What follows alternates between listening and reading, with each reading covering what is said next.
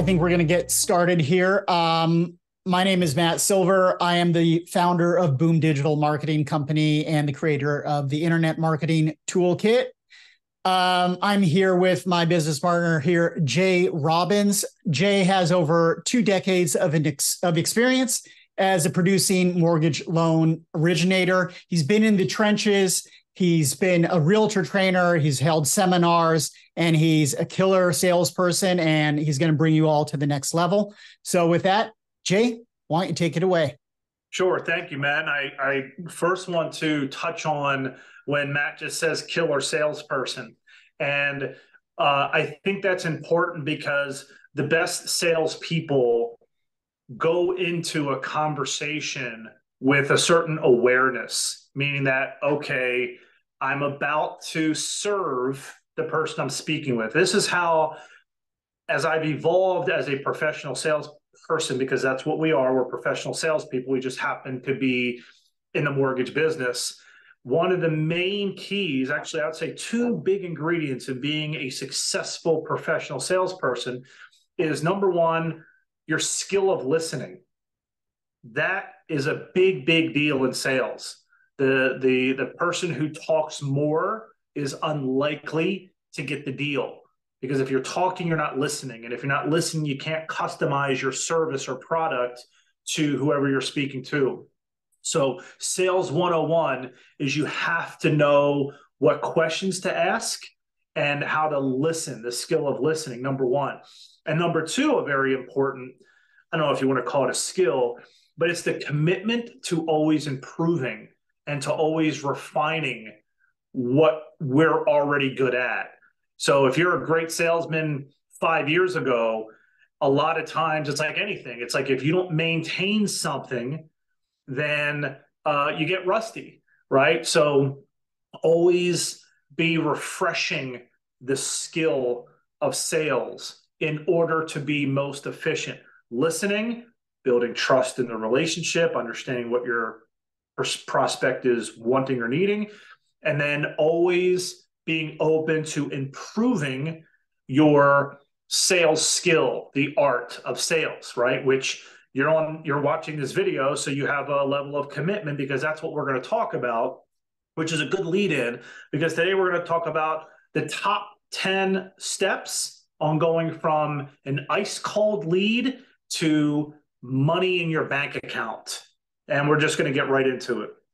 So, and as we go through these different steps, what I like to do in my own origination business is I categorize the people I speak to under that particular category. Okay. So for example, the first 3 categories: cold lead, warm lead, hot lead.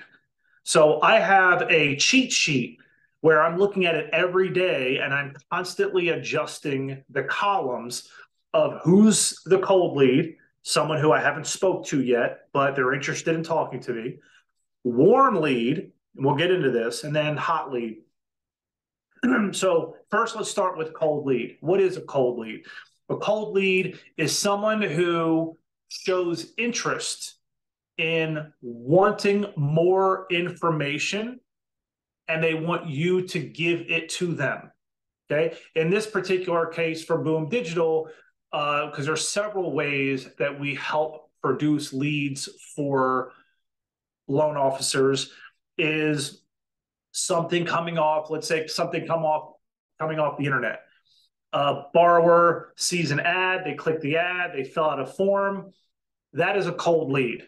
That goes in the cold lead section. By the way, everything I'm going through with you is either in the CRM or can be customized for where it makes best sense for you in terms of how you name it in the CRM with Boom Digital. Whether it's Boom Digital, you have your own CRM or your own way of doing it, you want to make sure you keep track of everyone that comes in, and then you're constantly shifting them over. So as we go through this, cold lead is number 1. Someone you haven't spoke to yet, but they're interested. The next level of lead is a warm lead. So a warm lead is a cold lead that you've spoken to. that hasn't said, don't ever call me again, I'm not interested. There's open communication. So cold lead is number one. And each step we go through, I'm going to repeat the previous step. So we're really, really clear. And I encourage you to take notes anyway. So cold lead, warm lead is someone that you have spoken to that shows interest. An example is, hey, listen, I'm interested in talking to you, but I can't talk to you now. Okay, there's communication. Hey, I'm interested. Let's schedule a time. Or you've had a good conversation with them, but you're not sure they're on the side of the fence of really moving forward, right? Kind of an uncertainty. So any way you look at it, warm lead is you've spoken to them, but you're not sure which direction they're going for a variety of reasons, whether you haven't had a long conversation or whatever their reason is. So that's a warm lead. A hot lead, which is number 3, is someone who you've spoken to in detail and they're very, very interested. You're clear they're interested and you know that they want to do something. Okay, that's a hot lead. The next step is application.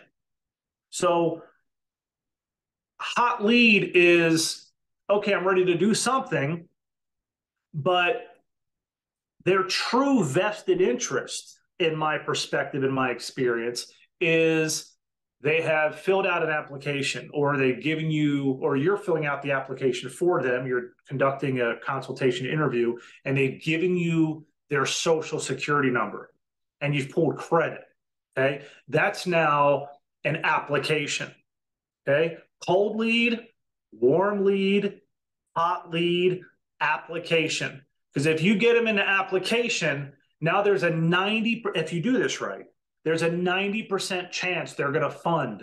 90%, that's huge. So application is, as I mentioned, getting all their information, pulling their credit, which is a big deal, making sure you're getting their documents. That's the application process. Now they're strong, right? Because the next step, number 5, is either pre-approve or a game plan. Now, pre-approve and game plan come after the application. Let's start with game plan. If I go through the application and their credit score is 600 and they've got money coming to them in 2 months, right? Now I'm helping them create a game plan and I'm going to follow up with them. If they're pre-approved, i.e., you've got their application, you've got all their documents, and they're ready to go shopping, then that goes in what I call the pre-approved column.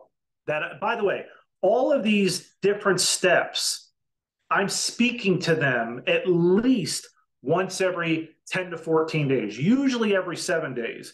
But like, for example, if it's a warm lead, and this is where our follow-up system comes into play, because you want to make sure that you have a very good, strong follow-up system to get people on the phone, to turn them into hot lead and then application.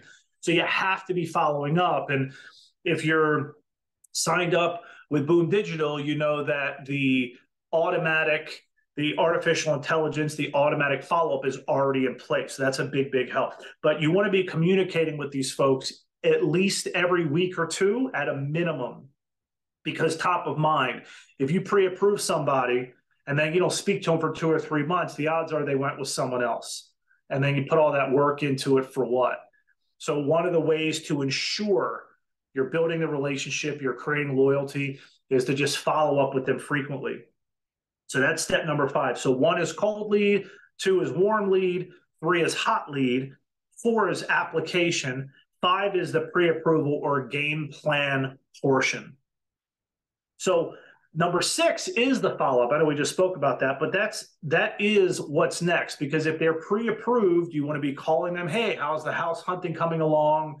Can I answer any questions for you? Do you have any referrals for me, right? Whenever I'm speaking to a prospect, whether they're pre-approved or hot or whatever, I'm always asking for more business. You always want to be asking for referrals. That's a key to growing your business.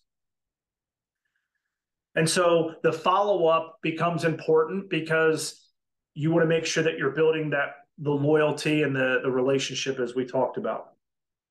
So once they go, and step number 7 is going into process, because they're pre-approved, you're following up. If it's a refinance and they're pre-approved, you're going right into process. If they were pre-approved, they went shopping, they went under contract, now they're going into process. If you help someone create a game plan and they're 2 months away, you call them, they did their homework, 2 months later, they're ready to do something, whether they're pre-approved for purchase or refinance, they're going into process. So step number 7 is going into process.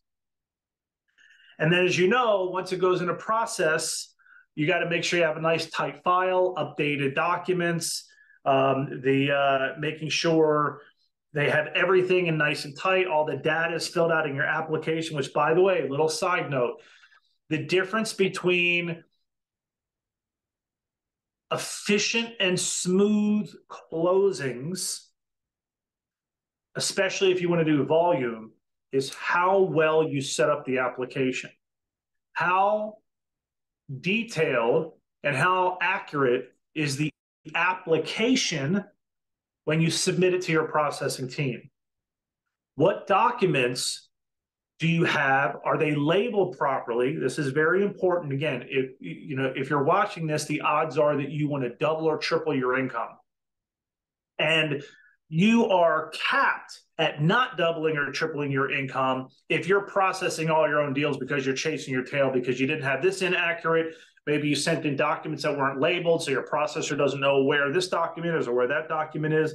So when you are submitting your file to processing, you want to make sure, for being optimal and being able to scale, is you want to have a tight application. You want to have all of your documents labeled what they are, and whatever you don't have, you need to be clear when you're submitting it to your processor, this is what's still missing, so your processor can go get that. But that's process.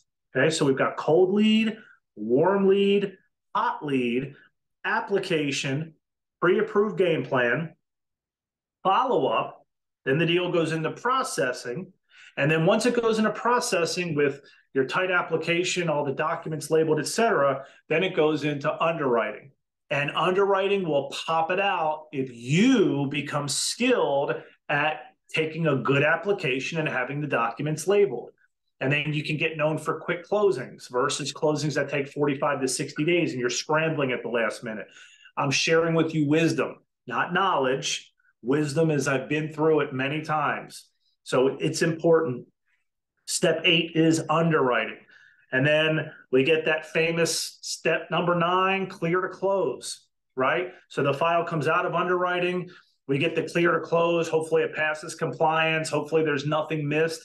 You schedule your closing, you're following up. One of the things that I do to maintain the relationship, I used to go to my closings all the time. I don't do it anymore. But what I do is I let the borrower know, hey, listen, if a question pops up during closing, feel free to reach out. I'll be available during your closing.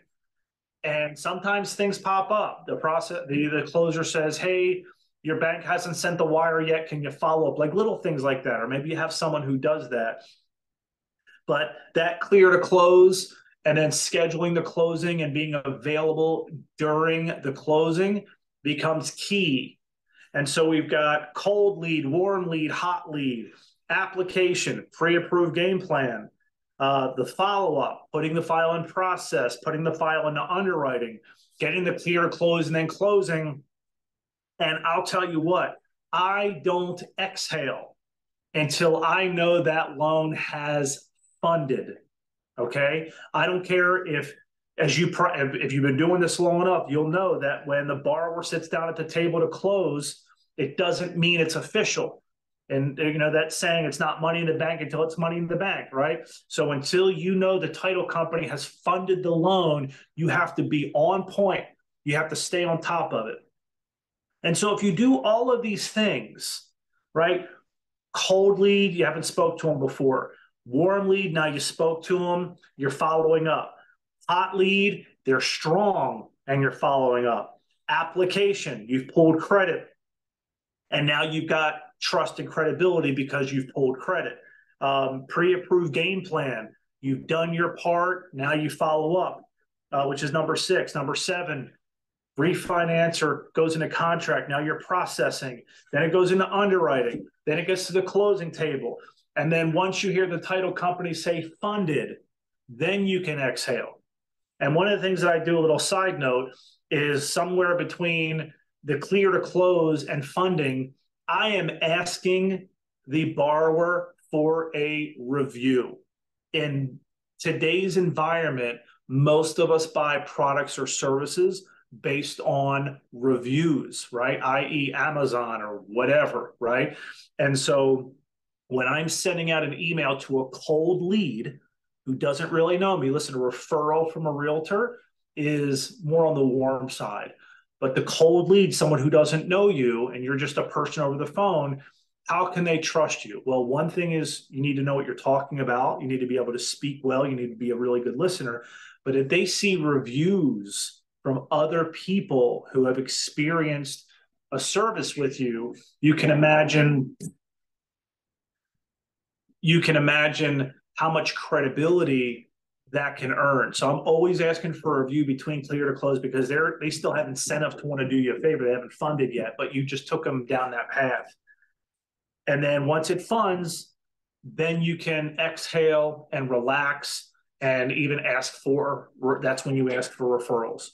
And then what I do is a little bonus, number 11, with that started out, that cold lead, is I'm reaching out to them on their 1-year mortgage anniversary. I'm reaching out on their birthday to wish them a happy birthday. And that goes a long way. And now you can see that you're not just a commodity of a mortgage guy who's got people that do paperwork. This is a relationship business. I have clients that have come back to me many, many times over my career and have sent me many, many referrals per person. And so this is how you build a sustainable practice. And then on top of that, you have, in this environment especially, you have online marketing to supplement when your pipeline isn't where you want it to be, right? So for example, if you are averaging 3 or 4 units a month or 8 to 10 units a month and you want to double or triple that, how do you do it? And one of those ways is online marketing, which is, again, why you're probably watching this video. You're involved with Boom Digital. And if you're not, you want to get signed up right away. There's several packages that you can take advantage of to match your budget, depending on what you are willing to do, et cetera. But that is the 10 steps from cold lead to closing. So hopefully you've had some value there. And ultimately what I'm sharing with you, and we recorded another video about what makes a good lead and a bad lead, is an application. If you can convert a cold lead to an application, then you've done well, and it's always a good lead. We don't know exactly when it's going to close because maybe they need to do some work, but it's important to understand and acknowledge that the only time a lead is not good is if you, the loan officer, are being impatient and you don't have good follow-up.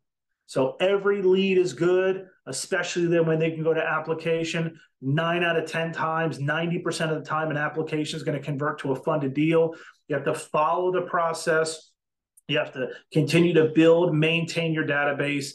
And again, here at Boom Digital, all the tools are available for you to make all of this happen at all times. So Matt gave such a great introduction, who runs the Boom Digital. So Matt, do you have anything that you want to add? Yeah, no, Jay, amazing gold nuggets in what you were talking about there. In fact, more than a few gold nuggets. That was a mountain, actually. I do want to say that, I've been doing this for, I've not been in the business quite as long as Jay, but I have been servicing mortgage industry for over 6 years now. And before that, real estate. And it is exactly what Jay is talking about. At the end of the day, it is being a guide and being a salesperson to these people. As far as as far as social proof and as far as some of these other things like the nurturing and all of that, it's 100% true what they say in sales. If you haven't heard it before, fortune is in the follow-up. It really is. And in today's sales cycles and ADHD world and timing and economy and all these things, you need to always be playing the long game, right? And then as far as the reviews go and the social proof, very, very important. So like people underestimate the importance of having the good reviews. And it is really not that difficult to do if you have the right systems in place. If you're able to send someone a direct link to wherever you want them to leave a review, and they can do it in one click of a button, that makes it so easy for them.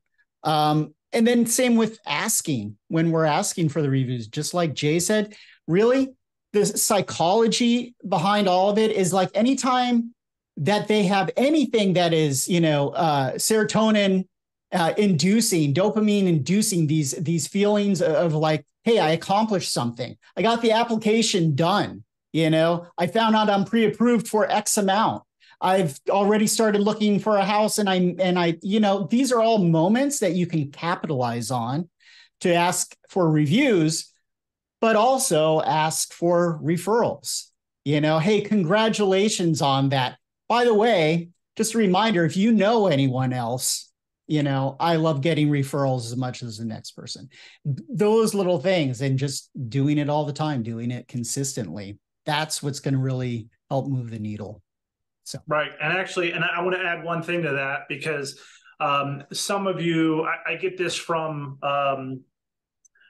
years ago, the concept of how and when I make phone calls, because Boom Digital is going to cover the drip campaigns with emailing and texting and all those sorts of follow-ups. But there's also something really special, warm, and endearing about picking up the phone and making a phone call, right? So what I do is cold leads, warm leads, hot leads, applications, pre-approvals, all of those people that are not in process and underwriting yet, they're all still essentially leads, just in different levels of leads. I'm calling that list on Wednesdays, every Wednesday. It's targeted for Wednesday, because a lot of people say, well, when should I call them? And they're scattered. I'll call a few on Monday. I'll call a few on Tuesday. And then the time blocking is inefficient, right? And we're going to do a whole other video on time blocking. And once we'll include a link to that video, maybe underneath this, to the time blocking one. But essentially, Wednesdays are the days where we're calling all leads, cold, warm, hot, application, pre-approved, and follow-up. That's Wednesday. Tuesdays is when we're calling all loans in process, giving them an update, a weekly update on what's happening to their file. And we're calling the buyer and seller agents for that file on Tuesdays to give them a weekly update. So we're not reacting to phone calls all week, so we can allocate time. Successful mortgage loan originators who are cracking $250,000 a year plus every year and have a peaceful life. Because there's some people out there that are making 100, 250 plus and they're working 60, 70 hours a week. And it's like, that's, in my opinion, that's not a fun way to go through life. That's just me though, right? I want to be able to take the money I'm earning and get away from my computer, spend time with my family. I mean, I'll be 50 and I have two SMIBA, 1.5 and a 3.5-year-old sons, right? And I want to be able to enjoy them and put my phone down. Right. And so the way to do that is through time blocking. And the way to time block is all those leads you call every Wednesday, and you allocate time. And it's okay if you leave a voicemail. People will listen to the voicemail. And then the ones that are in processing and underwriting, you call those on Tuesday. Right. And trying to just go throughout the week. I'll just give this to you real quick, just as an extra bonus. So Mondays, I'm calling all of my realtor referral partners every Monday. Hey, how was your weekend? Anybody you're working with? And that's my prospecting time on Monday. Real estate professionals, realtor, or whatever your heavy referral network is. Tuesdays, anyone who's in process / underwriting and all their realtors that go with that. That's on Tuesday. Wednesdays, all the leads. Thursdays, I'm calling past clients. Remember, these are allocated blocks of time. I'm calling past clients. Hey, checking in. I know your 1 year anniversary is coming up, or maybe I didn't call them on their 1 year anniversary. Hey, I know we just passed your 1 year anniversary. Just checking in to see how I can help you. Happy birthday, happy marriage anniversary, whatever it is. You should have all these notes. That's Thursday. And then Friday can be other other referral partners, i.e. attorneys, financial advisors, accountants, builders / developers. What I like to do at this stage of my career is I like to allocate Fridays for miscellaneous, catching up, and then blocking off time to be creative. So I'll literally go into the forest and I'll sit and I'll just work on some things and I'll download some ideas to build my business so I can make more money in less time, feel good about how my day is going. So that's a week. Now, if you're fairly new and you don't have a huge pipeline of deals and processing and underwriting on Tuesdays, then you fill those spaces with calling those other leads, right? You balance it out. But I'll share with you, and I'll end my thought with this. Ultimately, we all want to be in a position. I don't think any of us, when we were younger, we said, hey, I want to grow up to be a mortgage person, right? When we grew up, we said, hey, we want to make money. And a lot of us didn't think about why, right? But I'll share with you my why. My why is money buys me time, and time buys me freedom. And freedom gives me the ability to do whatever I want, whenever I want. So it's really important that you're clear on your why. Why are you showing up every day? Why are you putting in effort to show up every day in an awareness and a consciousness where you're ready to serve the people that you're working with? And I'm telling you that you'll talk to a bunch of cold leads and some people are not going to call you back and they're just tire kickers and they're going to judge you and all of that. But as professional salespeople, you know the game. It's a numbers game. And the way to convert someone from being a cold lead to money in the bank account is how deep are you willing to go to strengthen the relationship, which we just shared all of those ways. And what is your follow-up system, which we just talked about that as well. Hopefully this has been valuable for you. Matt, anything else to add before we end the call for today? No, I think that's a good place to end. We are here every week, and we are here for all of our clients every day. So we have people that are doing really well, and we want to help you do really well too and reach the goals. So if you have any interest in talking to Jay, we can set up a time and talk about the system and see how it can work for you. Okay. I guess everyone have a great one, and we will see you next week. Take care now, everybody.